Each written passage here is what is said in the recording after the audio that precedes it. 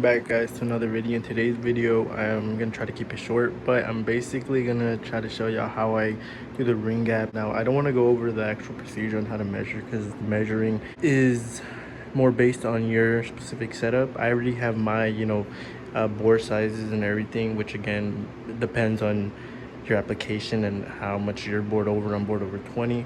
Probably could just make this video specifically about the ring gap because I'm going to show y'all me taking the motor apart and basically reassembling. So I'm going to try to get right to it.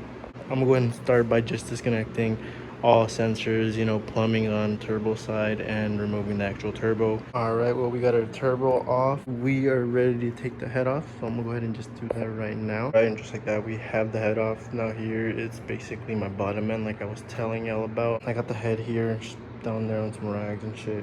I got cams, kind of everything on the head right there taken apart. I'm gonna go ahead and start attacking this shit from the bottom, the oil pan, and disassemble connecting rods and everything. So I'll get to y'all when I have connecting rods disconnected. I went ahead and did cylinder one, could actually make sure everything was good, but I went ahead, everything was good on that cylinder. I'm gonna show y'all how I went about doing that. I do have this cylinder out in here, the old piston rings.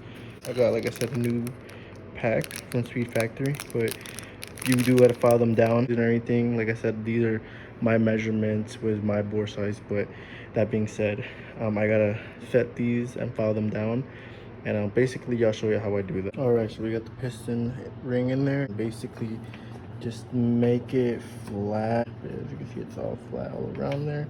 But here we have 19, and that's what it calls for my bore size and everything. And as you can see, it's there is quite a bit of, so what we're gonna do is just take it out, come over here to our basic filer, and you want to make sure it's 90 degree to that, and basically have it like that and just grind it down slowly.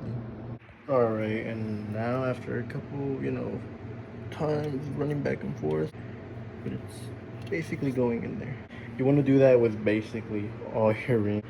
I'm not going to show y'all because it would be hella time consuming, but I'm going to go ahead and do that with every piston ring real quick. I'll show y'all whenever everything's back in the car and I have to put everything back together. Just wanted to show y'all it's different. We have 22 here. There's no drag, and that's basically what you want. Angle, but none at all, basically. So yeah, I'm gonna go ahead and do that with the rest of the other pistons now. All right, well, we got all pistons back in and everything capped up. Here's the girdle. I'm gonna go ahead and put this back in. All right, so everything's torqued down. Now we still gotta hit these rod bolts, but basically have 1, 2, 3, 4, and 5. You're gonna want to torque number 5 and 1 down to 56, 2 through 4 if I'm right, to 39 pounds. You do want to do it in sequence. First step would be 20. I went 30, just to play it safe. And then again, like I said, you hit these at the end at 56 and these at 49. And if you could, precise tool, because you do not want to snap these. It would be a very bad day. But I'm going to go ahead and hit these, and it's a little bit annoying because you do have to spin them. I'm going to torque them down. 43 pounds on the connecting rods, so they are ARP. So we got that torque down to 43. You do this as well in sequence. I started off with 20. My torque spiked to 43 after that, but I still hit it, evenly, because I want this to be as even as possible when you come. And of course, you always want to check for this play right here. You should have some on all of them. Finished up the oil pan windage tray and the oil pickup. I don't even know if it's called the windage tray. I forgot what it's actually called.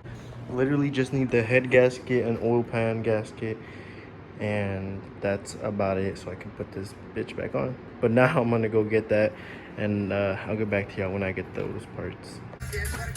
Can I suck it? Can I just suck it? All right, well, we got the head gasket installed. Literally all I gotta do is put the gaskets back on. So I'm gonna go ahead and focus on getting everything back, and ready for the head to get put on. I do gotta put the Honda map sensor, so I'll go ahead and do that as well. We got our 4-bar map sensor installed. Well, we got the head on. Final steps of torquing everything down. I'm at 60 and they are ARP, so you go by 30, 60, 80 if I'm right. And you do lube them up with this right here, very important. This helps it kind of get the right torque. All right, head is torqued down. Now we are gonna go ahead and start installing the cams and get all the, you know, plates and everything on there now. So I'm gonna go ahead and do that now. Now I just wanted to show you real quick. I do go ahead and put assembly lube just because the cams are a little bit more sensitive usually. As well, there's an O-ring. All right, so you see that ring? You just want to make sure y'all have that and make sure it's new because you do not want that to leak. Or if it doesn't seal right, it will basically not have you tick. So it's very important.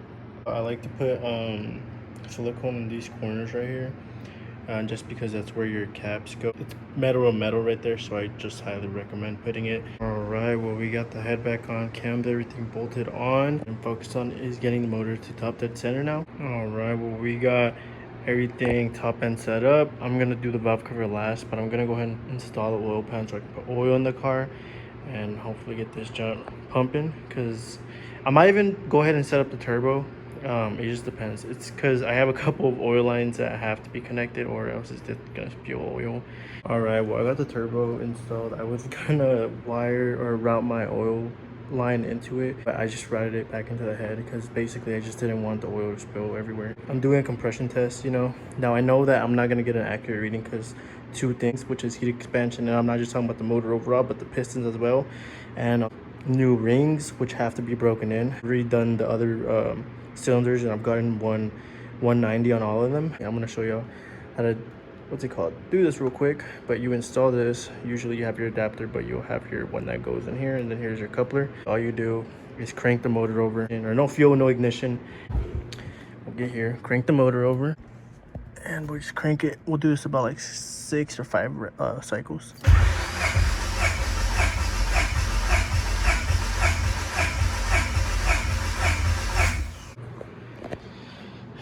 Beautiful. So yeah, like I said, I've gotten around 190 on all of them, and like I said, I'm just happy that all it's consistent, especially since I'm going for boost. Consistent numbers is what you want.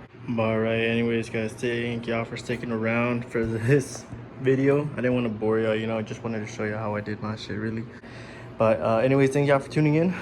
Next video we are going to be focusing on scavenging pump so we can get the turbo set up and, you know, running and stuff. I still need to work on the reservoir that I'm gonna have to relocate around down here. Next time when y'all see this car in the video, everything's gonna be put back together. I just didn't want to bore y'all with that, you know what I mean? But yeah, the car's good, it runs, you know, thank God we have compression, and thank God everything's good. Pretty good job. It took me basically, like, honestly, it was only 6 hours total. But anyways guys, thanks for sticking around again, and hope you have a good one, and I'll catch you on the next video.